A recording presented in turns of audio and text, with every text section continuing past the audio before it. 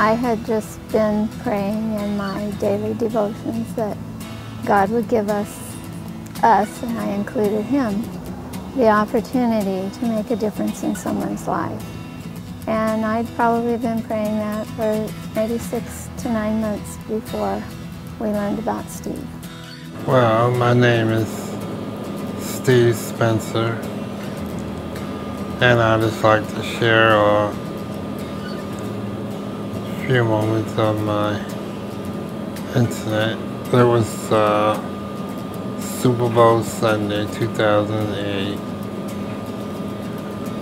and it was my fiance. We were discussing what we were going to do that day.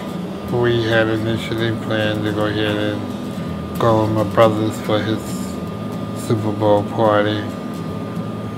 So around 6:30 I called her and asked her where she going, and she said that she wasn't going to go. She was going to go to a friend's house.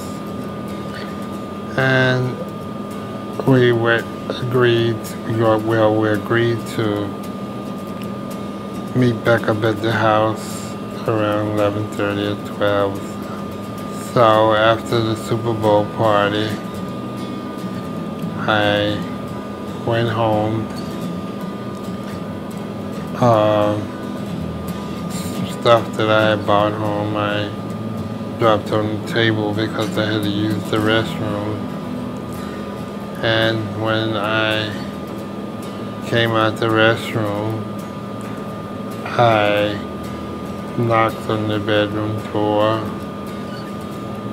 and next thing I know, the bedroom door opened and I got shot. I don't remember too much after that.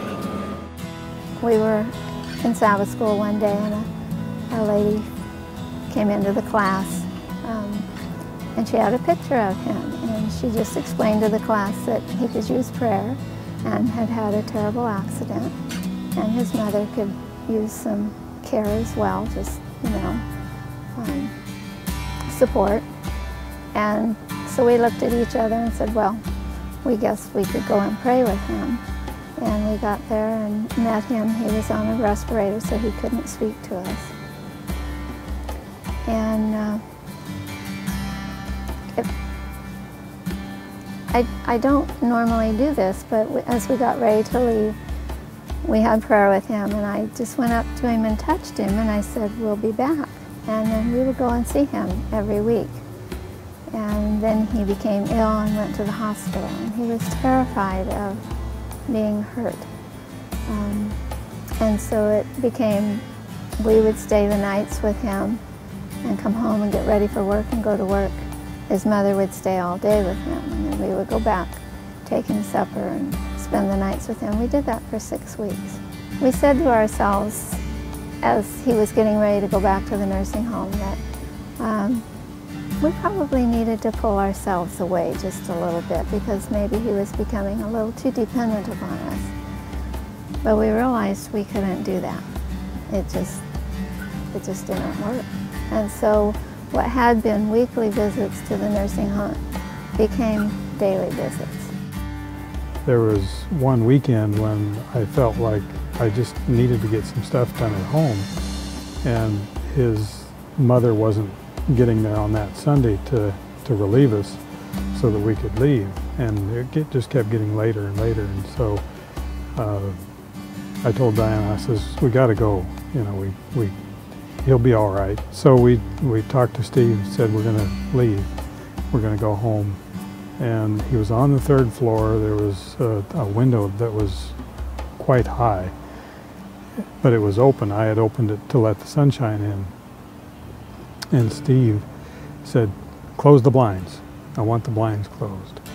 And you could tell right away that he was terrified. When I saw that he really depended on us to be there, I told him I'd never leave him again.